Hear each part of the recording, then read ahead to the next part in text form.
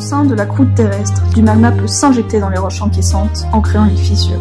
Si cette fissure atteint la surface, une éruption volcanique a lieu. Lorsque le magma cristallise dans la fissure, il forme un filon de roche appelé dike. La géométrie d'un dike dépend du contexte géodynamique dans lequel il se forme.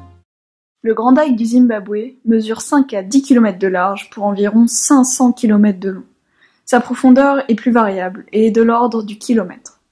Cette formation géologique volumineuse est constituée de plusieurs épaisseurs d'intrusion magmatique horizontale, appelées cils, qui sont alimentées par l'ascension de magma formé plus en profondeur.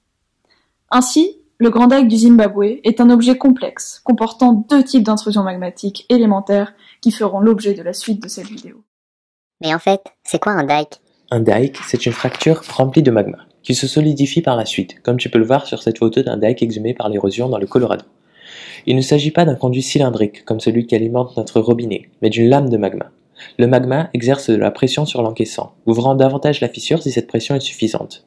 Le déplacement d'un magma dans un encaissant rocheux élastique résulte de la compétition entre plusieurs forces. Étant moins dense que son encaissant, le magma tend à monter vers la surface par poussée d'Archimède. Cependant, il est 1 milliard de fois plus visqueux que l'eau, et il est donc freiné par frottement sur les parois de la fissure dans laquelle il se propage. De plus, la résistance de l'encaissant face à la fracture s'oppose à son mouvement. Mais alors, pourquoi est-ce que tous les dikes ne vont pas vers le haut? Je ne t'ai pas encore tout dit. La forme du dike dépend également de ce qu'on appelle le champ de contrainte. Une contrainte est une force appliquée sur une surface, comme l'est par exemple la pression. Quand tu plonges sous l'eau, tu as mal aux oreilles car tu ressens le poids de la colonne d'eau qui te surplombe et appuie sur tes tympans. C'est la pression hydrostatique. D'accord, j'ai compris s'il y a une contrainte. Mais qu'est-ce que mes oreilles ont à voir avec le magma?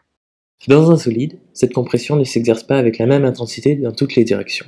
Regarde ce cube. Dans les trois directions de l'espace, des contraintes s'exercent sur ses faces et tendent à le comprimer avec une intensité plus ou moins forte.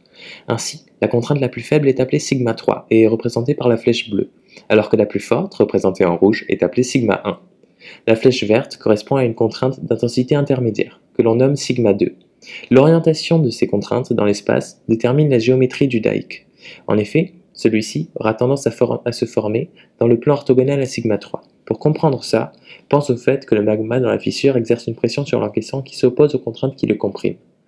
Comme sigma 3 est la contrainte la plus faible, la pression du magma aura plus de facilité à l'annuler et pourra, si elle est suffisante, fracturer l'encaissant, élargir la fissure et l'allonger dans le plan de sigma 1 et sigma 2. C'est comme quand tu déchires une feuille.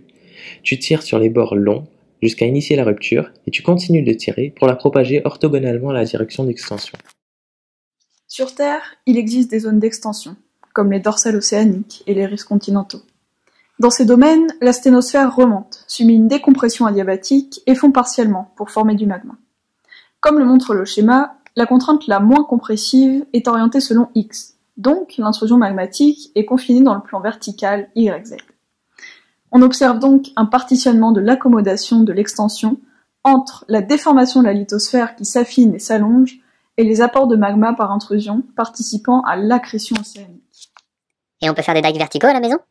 Mais bien sûr, regarde ce petit montage. Pour représenter une intrusion, on utilise de l'eau colorée qu'on injecte dans un bloc de gélatine. Comme la gélatine et l'eau ont des densités proches, la poussée d'Archimède n'est pas suffisante pour ouvrir un dike. Ainsi, la formation du dike est permise par une mise sous pression de l'eau arrivant dans la gélatine. La pression de l'eau est en effet proportionnelle à la différence de hauteur entre la surface de l'eau dans le réservoir et le bout du tuyau bleu à la base du bloc de gélatine. Pour que ton dike soit vertical, il faut soumettre ton bloc à une extension. Pour ce faire, je te propose de poser ton bloc de gélatine sur un toit en bois lubrifié avec de l'huile, que tu vois ici représenté en marron. Le poids de la gélatine va l'amener à s'étirer vers les bords du toit, comme le montre la flèche bleue. Ok, je vais essayer ça tout de suite. Alors, j'ai légèrement enfoncé le bout du tuyau dans la partie basse du bloc de gélatine, et là, je lève progressivement le réservoir pour faire augmenter la pression. Oh, ça dike. Effectivement, c'est bien dans le plan vertical. Oh, ça a percé. Oula, faut pas que j'en mette partout, sinon le vautour va me gronder. Pas mal ton dike. Tu sais, il est aussi possible de faire un cil en comprimant la gélatine de sorte que la contrainte la plus faible s'exerce dans la direction verticale. Ainsi, le fluide exerce une pression sur la gélatine dans l'axe de sigma 3, qui est vertical, faisant gonfler la surface.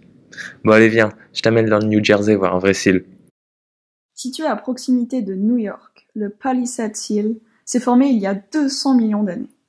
Les falaises issues de son érosion constituent la rive ouest de l'Hudson, qu'elle domine d'une centaine de mètres.